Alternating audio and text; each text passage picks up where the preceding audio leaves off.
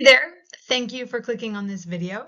We're going to take a look at key traits of quadratic functions in this video. Please like this video if you find it helpful. Subscribe to the channel for more math content. Ask me a question or offer some feedback below. And check out the other videos on the channel, including the practice set for this lesson, so that you are able to see how well you have understood and mastered the concepts that we're about to cover. Now, I'm going to go through this first part really fast, the key points on a quadratic, because they tend not to be super challenging and you're already familiar with them from the study of lines. Now, there are three key points that we do consider when dealing with quadratics, and they come in handy when you're dealing with application problems, sometimes called word problems, because these are usually the points that you're looking for, one of them. So the first one is the y-intercept. This is where the parabola crosses the y-axis. So where across y-axis, that's awesome grammar there. But the y-intercept is where that graph crosses over the y-axis, and it will be one location. Then you have your x-intercepts, okay? And that would be where it crosses the x-axis, and it may or may not have x-intercepts. So it could have one x-intercept if it just like hits the x-axis and bounces off. It could have two x-intercepts if it crosses and crosses back again, and or it could have none. Okay, so it's possible that your quadratic does not have any x-intercepts. And the last one is the vertex, and we can call this maybe the turnaround point. You'll also hear it called like the maximum or the minimum, because it will be the highest or lowest point on the parabola. So best way to maybe visualize that is to look at it. So we have the picture there, and just to kind of go through, here's the parabola. I'm tracing over the parabola there, and here's my y-axis. So where does the parabola cross the y-axis? Well, right there.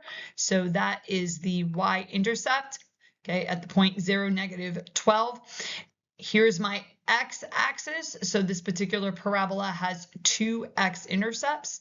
Okay, both of those are the x-intercepts.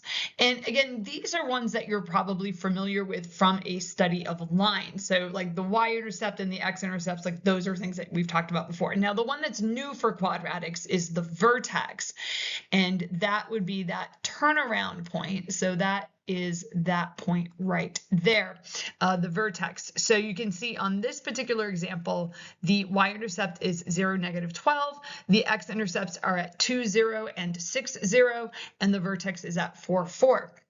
Now, you might need to find the vertex without looking at a graph. If you did that, okay, if you had to do that, you would use this formula right here.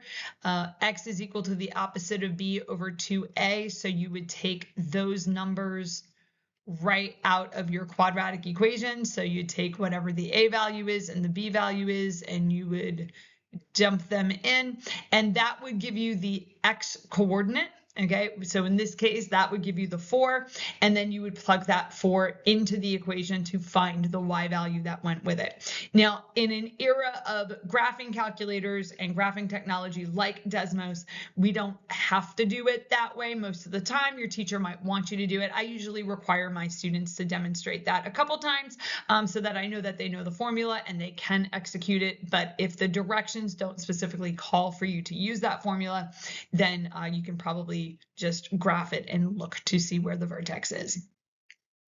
Now, in this lesson, we're going to emphasize what are called these key intervals, and this can be a challenging concept for students, especially when we first introduce it.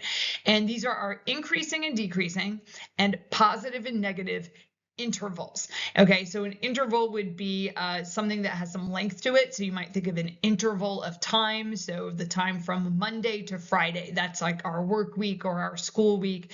That's an interval of time. So an interval usually starts somewhere and ends somewhere.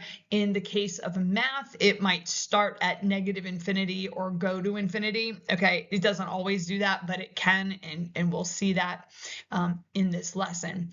Now, what I'm going to try to do is define these in terms of x and y. Okay, and so define for you, what does it mean for something to be increasing and decreasing in terms of the x values and y values?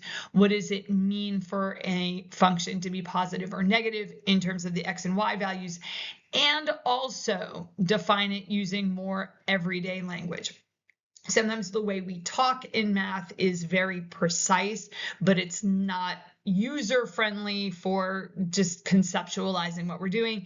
And we might go into more imprecise language that we can wrap our heads around. And teaching is a little bit of navigating that balance. And then we'll practice with highlighting, okay? And this is a lot of the times where I'll have my students start off, show me that you understand the definition by highlighting the piece of the graph that is, decreasing, or the piece of the graph that is positive. And then we'll practice stating the intervals using what's called inequality notation. I will do a video that helps us go from inequality notation over to what's called interval notation. They're just two different ways of writing what the interval is, but for this lesson, we'll keep it in inequality notation. And then we'll take a look at how Desmos can help us highlight and check answers. That's going to be a linked video up in the upper right-hand corner. So I want you to click on that. It's about an 11 additional minutes that go through how you can use technology to help you with that. So for increasing and decreasing involve a sense of moving or tracing along the function from left to right. Now, I just put in parentheses L to R. That's my way of abbreviating left to right. So if you have a quadratic, okay, it involves this kind of sense of I am moving along the graph from left to right. Okay, so I go to the leftmost part of the graph and I begin to trace it. Okay, and so increasing and decreasing really have this sense of moving. So as my x is changing, what is my y doing? Positive and negative don't have that sense of as x is changing. Okay, so that makes increasing and decreasing a little bit different. Here's the x and y definition of increasing. As x increases, y also increases. Okay, so as x increases, if you picture your coordinate plane and you've got your x-axis, as x increases means that you are moving this way, okay, from left to right. Left to right. That is your direction of x increasing. So x increasing is a way of saying I am moving from left to right. Y increasing would be like this, like this. I don't know why I'm making sound effects. That's kind of weird. Okay, it's going this way, and y increasing is a way of saying it goes up. Okay, so x increasing means we're moving to the right, y increasing means it goes up, and here's your everyday definition. The graph goes up from left to right. So if you are tracing it from left to right, the graph is going to be going up like, say, climbing a hill. Decreasing is going to be the reverse of that. So as x increases, so again, as you're moving from left to right, this time your y value is decreasing, which means it's going to be going this way, going down. And so this again is your left to right, but y decreases means that it is going down. So every day the graph goes down from left to right. So I'm going to do something that's not a quadratic here. Okay. So as I trace this from left to right, this would be increasing, decreasing.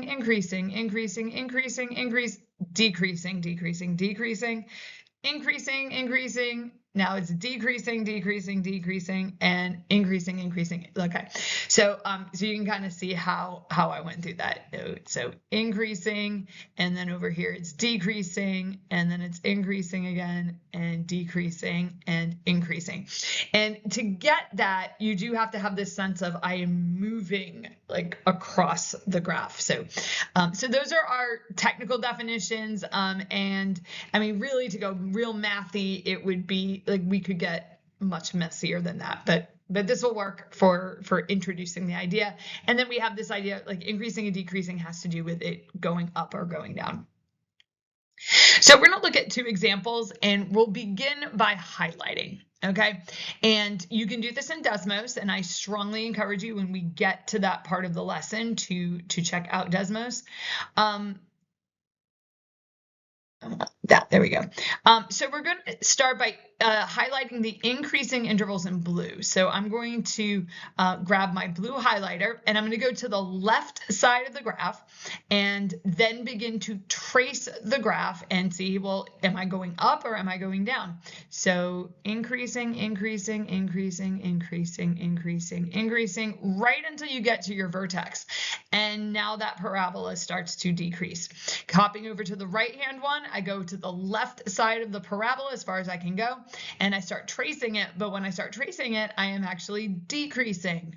Okay, so this is decreasing, decreasing, decreasing, decreasing, decreasing. And then right when I get to the vertex there, now I start increasing. And it doesn't want me to highlight. There we go.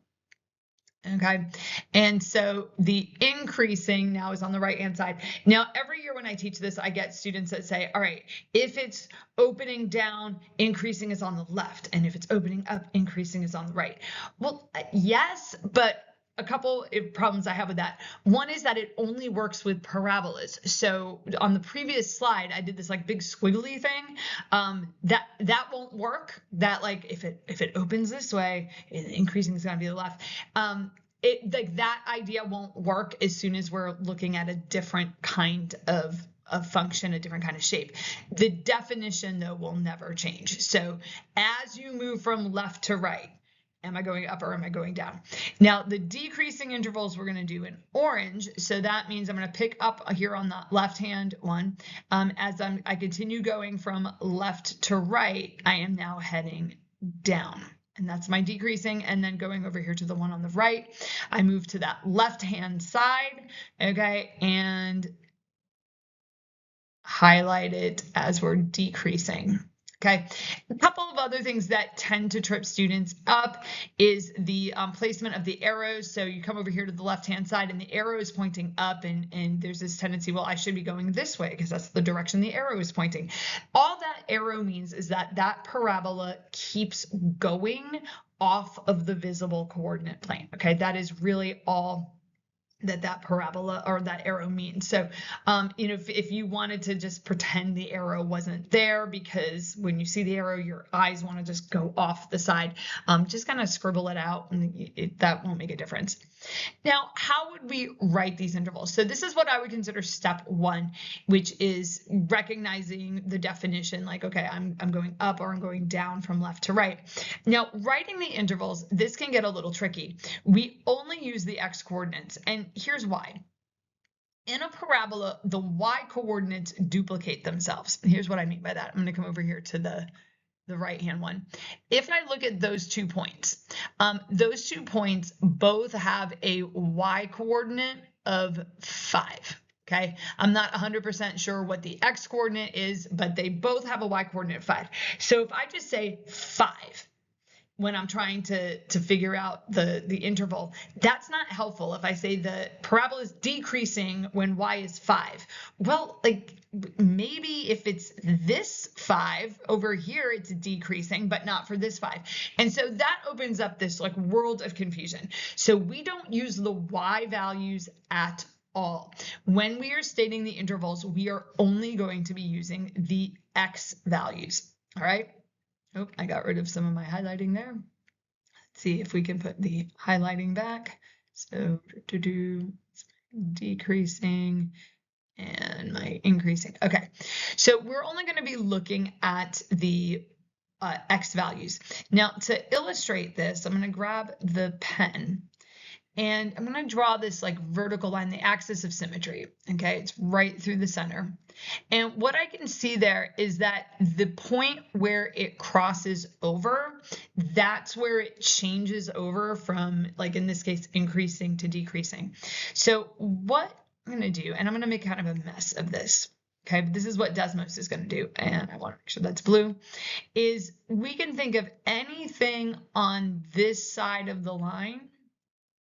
This is where it is increasing, okay? That right there, that's where it's increasing. And essentially, increasing, make sure I get it right. And essentially it's increasing everywhere x is less than -4, meaning to the left on the number line. So if x is less than -4, that is where it is increasing. Coming over to the other one and doing something similar, we can see that, again, the crossover point is right at the vertex, which in this one, I believe is a 5. All right, and let me go back to my highlighter. And so everything over here is where it is increasing. And so we could write that as x is greater than 5. And so if you were asked where is this function increasing, the one on the left, x is less than -4, again, because it's going to the left on that x-axis. For the one on the right, x is greater than 5 because it is moving to the right. And I can do a similar thing with the orange. Yep. And basically recognize that everything over here is where it is decreasing. Okay, so it changed over, so it was decreasing here.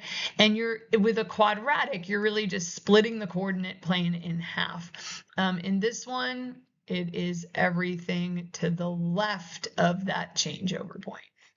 And I know I'm making a kind of a big mess out of this, but hopefully it's helping you to see it. So this would be x is greater than -4. This one over here would be x is less than 5.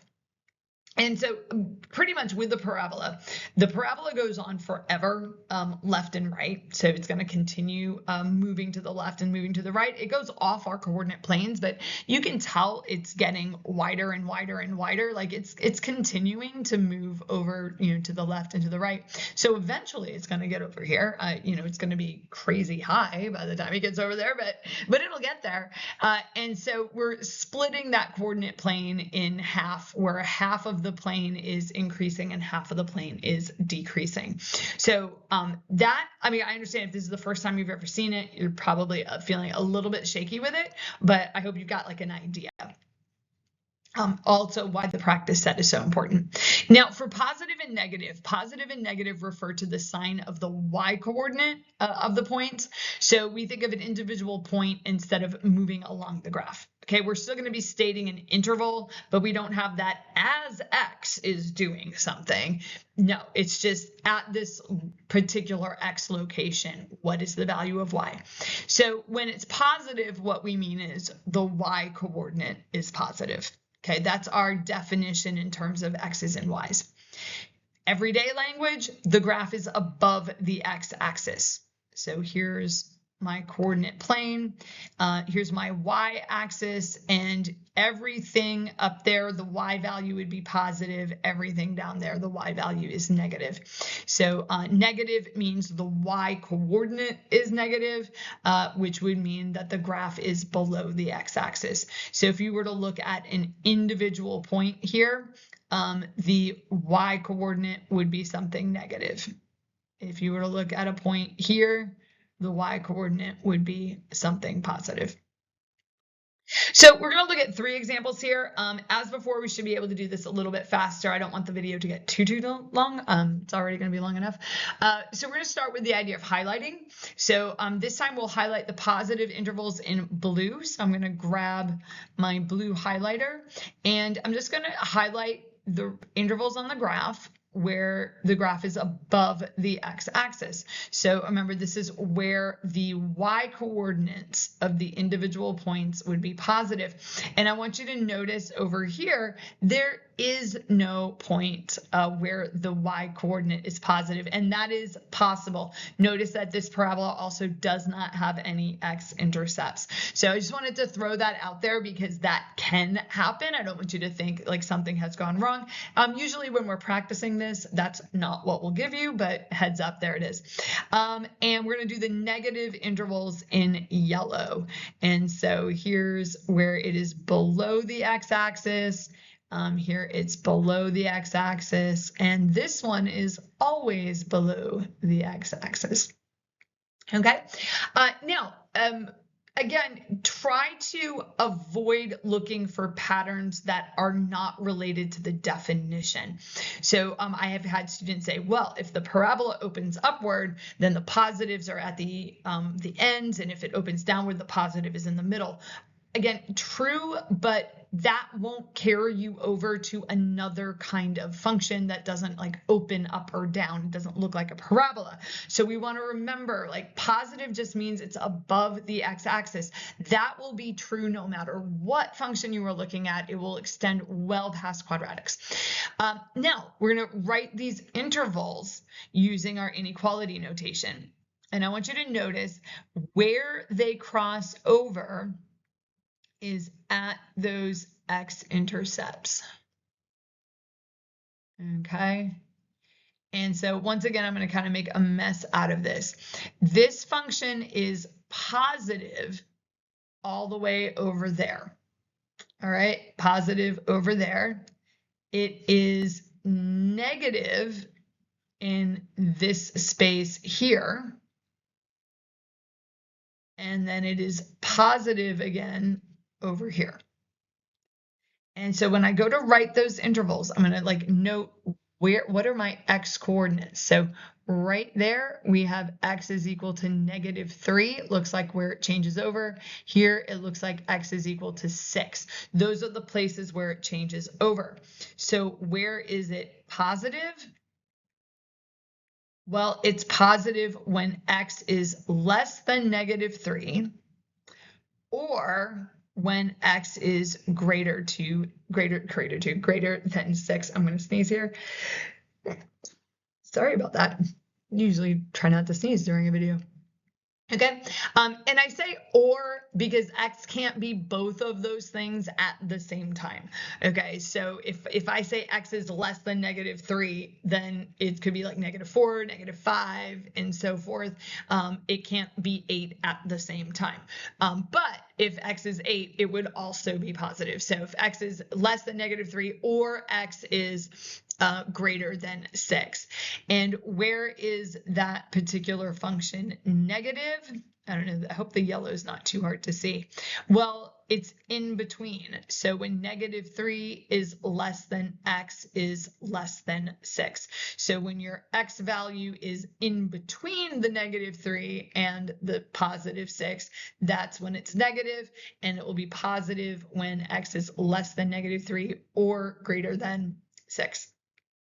On this one over here, we've got our now this one's harder to see. The parabola is very skinny, so it's a little bit harder to see that like this is where it's negative, it's moving outward. Might be a little bit easier for you to do the positive part first. Okay, so there's our intervals. I'm gonna go find, like, we got a fit. I'm gonna black, there we go. So that looks like x is equal to 3 and x is equal to 6. All right, so that's our interval there. So where is this one positive? Well, it's positive when x is between the 3 and the 6. So x is 3 is less than x is less than 6. And where is it negative? It would be negative when x is to the left of 3, so that was x is less than 3, or when x is greater than 6. Now, for this next one, where it just like it's negative all the time, the way you would probably write that is in the other notation. So not this notation here. We would actually say in this one, it's positive never, and we would say it is negative. You could say it's negative everywhere. Okay. When you're first starting out, that would probably be an acceptable answer. You could say all real numbers. Okay, it's negative all real numbers, and the symbol for that looks like that. It looks like a funny little R. The way you would probably see it, and I don't want to get too much into the weeds with this, is that, and I apologize for my infinities. They're terrible, and they've always been terrible. But this is saying negative infinity to positive infinity. In other words, everywhere. Okay, so as far to the left as you can go. If negative infinity is way out here to the left and positive infinity is way out there to the right, it would be everything in between negative infinity and positive infinity. In other words, everywhere. All right, now this might help. Since we want to focus on the y coordinates, you may find the x coordinates, you may find the presence of y coordinates a little confusing, just having those y coordinates there. So one way to scaffold this is to eliminate y coordinates from the graph. Sometimes I will do this if I recognize that my students or classes are giving me y coordinates, is I'll just remove the y coordinates from that. And so what that can force you to do is use your x coordinates for your intervals. So if you were doing increasing and decreasing, you can see it changes over when x is -4. I actually don't know what the y coordinate is. There's no numbers on the y coordinate and y axis there. And so I could say, we'll use the green, like it is increasing here. So I could say it is increasing when x is less than -4, and decreasing. Oh, I did not change color on that, did I? I clicked on something and then nothing happened. There we go. And it is decreasing when x is greater than -4. I'm sorry about not changing the color over. The video is just getting very long. So I'm trying to move on, didn't change my color over. Okay, and so that way, like you're really forced to use the x coordinates, and this one also works for the positive and negative. There's no y coordinates there, so your positive interval might be like it's that right there, and your negative interval is, or intervals are these intervals here. And so you might be more comfortable starting with the positive interval because it's between the -6 and the -2. And so we'll say that is -6 is less than x is less than -2, meaning it's like this chunk right in here. There's your positive chunk. And so negative would be to the left and to the right of those numbers there. So x is less than -6 or x is greater than -2. Okay, and that's just one way of scaffolding it so that you've got just the x's there. Now, I want you to check out how Desmos can help us. So click the card above to open up the window to see a Desmos demo on how to highlight and check the answers within the Desmos platform. I am aware that that's going to stretch this lesson out to about 40 minutes, but that is probably about the length of a regular class period. And this is a tricky subject for a lot of students to get a handle on. So don't shortchange yourself with learning how Desmos can help you with that. I'm going to go ahead and highlight that. So click here, and I'll see you in a bit.